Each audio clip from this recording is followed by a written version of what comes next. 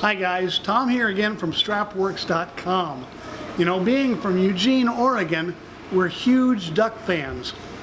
We're going to show you a leash with lead in one of our new duck patterns today.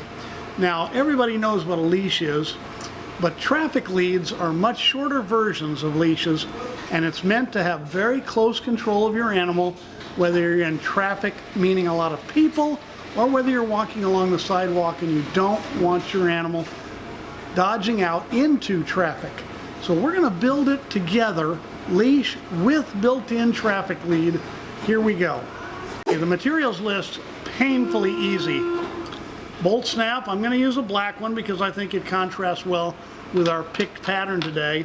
And then the webbing. Now here's how you do the webbing.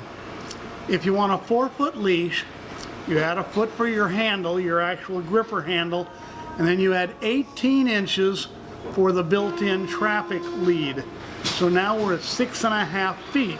If you want a longer leash, just extrapolate upwards. Shorter leash, you can come down. Either way, add 2.5 feet to the actual finished length of the leash that you want. Usually when I'm sewing a leash with lead, I like to start on the handle end. I use a 10-inch fold over, and then I take this end and fold that under about an inch. That way I have a nice smooth edge here, nothing rough against it. And we're going to sew it together with 2 bar tacks.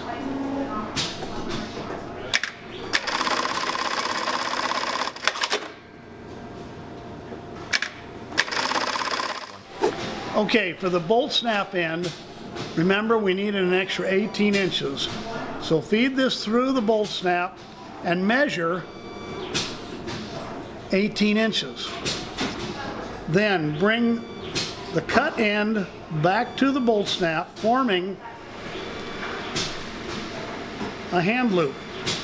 Now we stitch all this together.